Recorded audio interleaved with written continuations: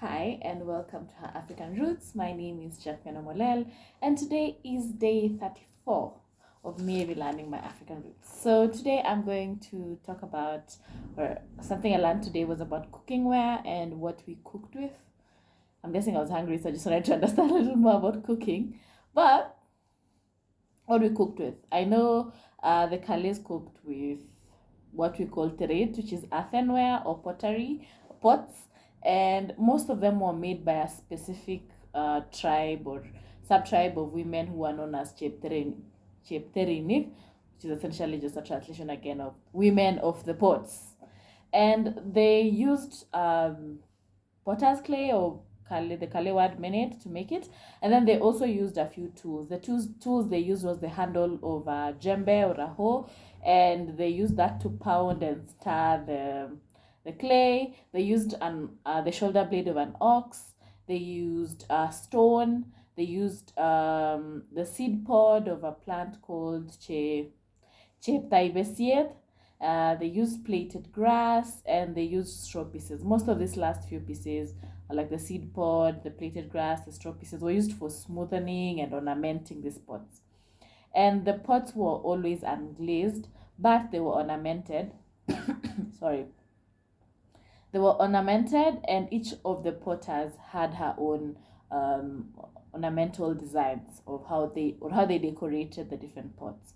One of the most common though things that were done was for specific used pots, or what the pots are going to be used for.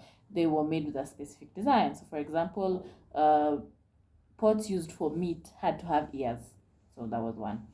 After the baking of the pots, or the to harden them, a prayer was made. This prayer goes like this. I'll give the translation at the end, but the prayer goes: Asis gonech kowit inge kwonye kochambi.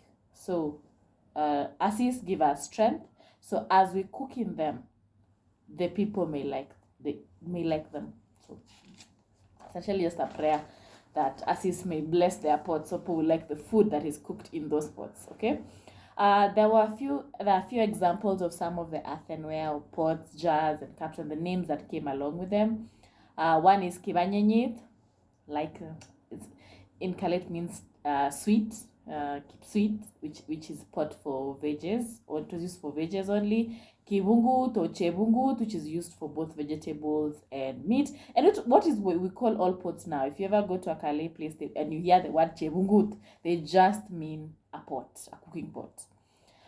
There's also kimwanet, which is for cooking fats. There is kibitinit, which was used for only meat, which is the one I talked about earlier, about it having ornamented handles. And then there is kipkorotit, which is for blood. There is loet, which is used for roasting meat.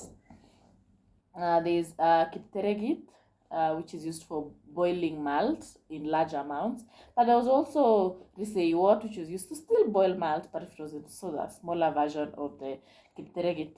Then there is tabogut, which was used to store beer, or it was used to let beer stand in and let it brew, and also for them to drink in. Then there is tretab kemoy, which could be gimoy or kimiet, which is used to make ugali or porridge.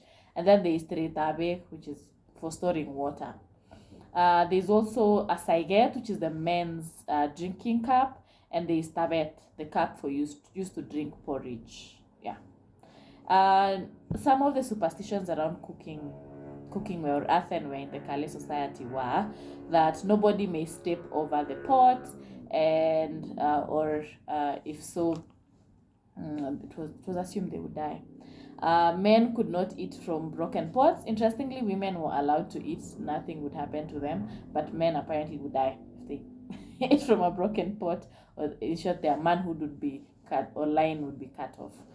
Warriors also were not allowed to eat food made from new pots. Okay, that is today's lesson. It's been a pleasure learning this with you. If you want to learn more, don't forget to like, share, and subscribe, and I hope to see you tomorrow. Bye.